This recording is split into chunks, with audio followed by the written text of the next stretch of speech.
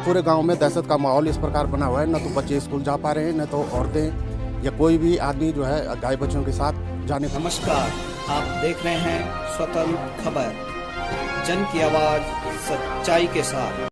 नमस्कार दर्शकों, मैं मनीष कुकसाल स्वतंत्र आपके साथ फिर जुड़ चुका हूं। आज एक गंभीर विषय है कि जब एक बच्चा जिसके लिए पूरा भविष्य संवारने की कोशिश एक माता पिता करते हैं, दादा दादी उसके लिए सपने देखते हैं, और वो बच्चा महज एक 5 साल की उम्र में जंगली जानवर का शिकार हो जाता है, तो कैसा उस पीड़ित परिवार को लगता होगा, कैसे आसपास के जो परिवार हैं उनको लगता होगा, और कहीं ना कहीं उन लोगों को भी असुरक्षा अपने बच्चों के प्रति पैदा होती है। वाकया मैं आपको बता रहा हूं पौड़ी जिले का। पौड़ी जिले में जैसे कि आप सुन रहे होंगे कि लगातार कई बार गुलदार की घटनाएं आम हो चुकी हैं। पौड़ी जिले में ही नहीं बल्कि पहाड़ी जितने भी क्षेत्र हैं, उत्तराखंड के पहाड़ी क्षेत्रों में अधिकतर घटनाएं आपको गुलदार के अटैक की मिलेगी। बड़ा सोचनीय विषय है कि सरकार इस पर पूरा ध्यान नहीं दे रही है। आखिर सरकार का सोचना क्या है कि क्या उत्तराखंड के पहाड़ी क्षेत्रों में केवल गुलदार और जंगली जानवर रहे और मानव यहां से पलायन कर मैदानी क्षेत्रों में चले जाए। अगर ऐसी मंशा है तो क्यों ना लोगों को पहले ही मैदानी क्षेत्रों तक विस्थापित किया जाए और इस पूरे उत्तराखंड के पहाड़ी क्षेत्र को कॉर्बेट नेशनल पार्क बना दिया जाए। लेकिन अभी भी कठिन परिस्थितियों में जो पहाड़ों में रह रहे हैं, लगातार गुलदार की घटनाओं को आप देख रहे होंगे।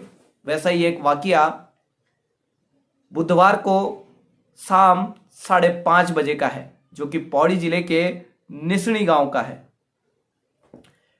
बड़ा दुख होता है कि 5 वर्षीय एक बालक हंसी खुशी खेलते हुए अपने दोस्तों को अलविदा कहकर अपने घर को निकलता है, और घर पहुंचने से ही कुछ दूर पहले गुलदार का शिकार हो जाता है। गुलदार के शिकार होते ही उसके साथी बच्चे रोते हैं, चिल्लाते हैं।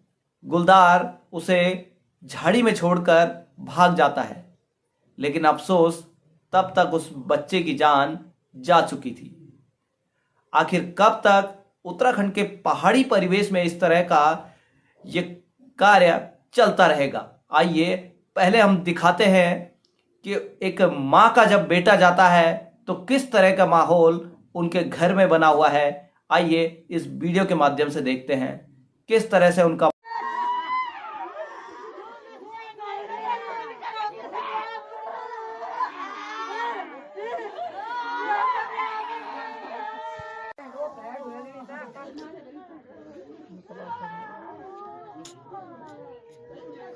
आपने देखा कि एक माँ बिलखती है अपने बच्चे के लिए। 5 साल का मासूम बच्चा गुलदार का शिकार हो गया। आखिर क्या बीतती है अगर हम सोचें, हम माता पिता हैं और हमारा 5 वर्षीय बेटा इस तरह गुलदार का शिकार हो जाए तो एक माता पिता पर क्या गुजरेगी, आप सभी लोग भली भांति जान सकते हैं। वहीं उसके दादा को भी आपने देखा होगा कि उसके दादा किस तरह अपना सर पकड़ रहे हैं, क्योंकि एक नाती को पुत्र से भी ज्यादा प्यार उसके दादा देते हैं। उत्तराखंड के पहाड़ी क्षेत्रों में ये घटनाएं आम बन चुकी हैं, लेकिन सरकार चैन की नींद सोई है। सरकार को कोई फर्क नहीं पड़ता कि पहाड़ी परिवेश में रहने वाले लोगों का भी मूल्य है। उन्हें केवल मैदानी क्षेत्रों में और शान और शौकत के साथ रहने की आदत है। शायद इस 5 वर्षीय गरीब बच्चे के अलावा अगर किसी वीआईपी का बच्चा आज गुलदार का शिकार होता तो गुलदार को तुरंत मार दिया जाता। शायद यह भी हो सकता था कि उस क्षेत्र में वीआईपी ड्यूटी लगाकर एक गुलदार के साथ जितने अतिरिक्त गुलदार भी हों उन सबको पकड़ लिया जाता।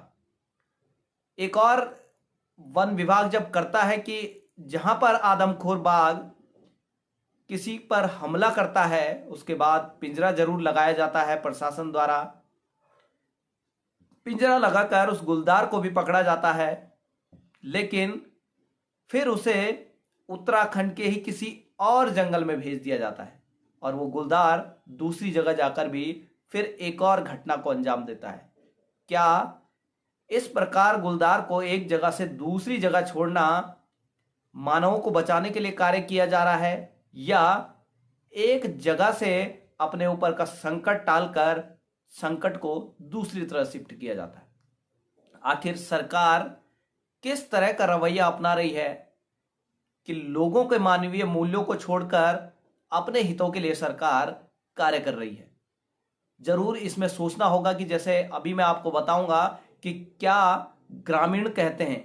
ग्रामीणों का कहना है कि पिंजरा लगाना और बाघ को पकड़कर एक जगह से दूसरी जगह भेजना या फिर किसी आदमखोर बाघ को मारना या गुलदार को मारना, ये पूर्ण रूप से इस घटना का रोकथाम नहीं है, बल्कि आप लोगों को ऐसे जंगली जानवर जो कि किसी मानवों को जो हमला करते हैं उनको गांवों से दूर रखकर केवल कार्बेट पार्कों में ही रखना चाहिए, जहां की वो बाउंड्री में रह सकें, जहां नजदीक कोई गांव ना हो। इस तरह इन जगहों पर रखना चाहिए ताकि पहाड़ में जो रह रहे गरीब लोग हैं उनके मूल्य भी हो सके, ना कि आप पहाड़ में रह रहे गरीब लोगों को एक तुच्छ प्राणी की तरह समझे। सरकार को लगातार संज्ञान लेना चाहिए कि इस प्रकार की घटनाओं को वो एकमात्र घटना न समझें, बल्कि आने वाले भविष्य के लिए सबक लें कि इस तरह की घटनाओं से निजात दिलाने के लिए ग्रामीणों के लिए निरंतर प्रयास करते रहें।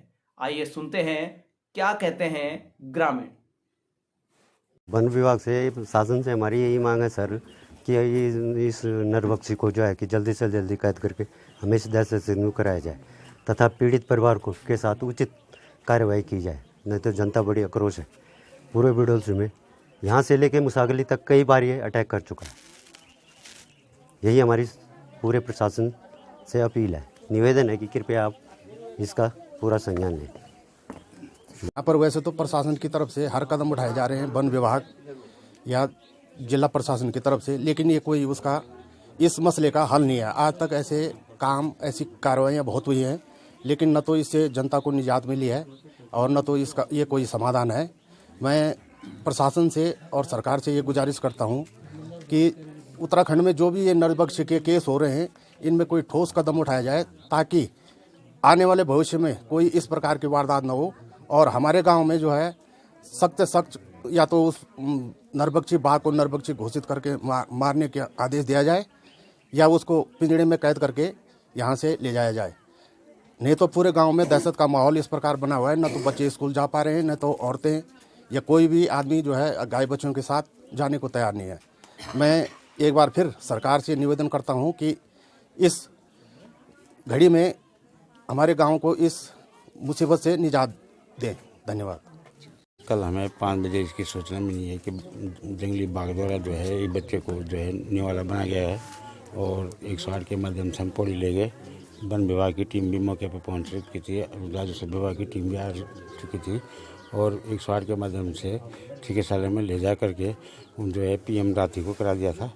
DM साहब के सख्त निर्देश थे कि जो है PM रात्रि होना है और बॉडी को दे दी गई थी, उनके परिवारजनों की सुपुर्द की गई थी और इस समय जो है हम फिर मौके पर आ रखे हैं। यहाँ गांव में निचली ग्राम में आ रखे हैं। वन विभाग की टीम भी साथ में है और वन विभाग के द्वारा जो है 50,000 रुपये की मुआवजा सांत्वना पुरस्कार जो है उनको दे रखा है फिलहाल इसके लिए, और इसके बाद जो है और अन्य धनराशि जो भी हो गया उपलब्ध कराई जाएगी वन विभाग के द्वारा। अपने क्षेत्र की खबर के लिए चैनल को सब्सक्राइब करें, बेल आइकन दबाएं। सबसे पहले खबर को पाने के लिए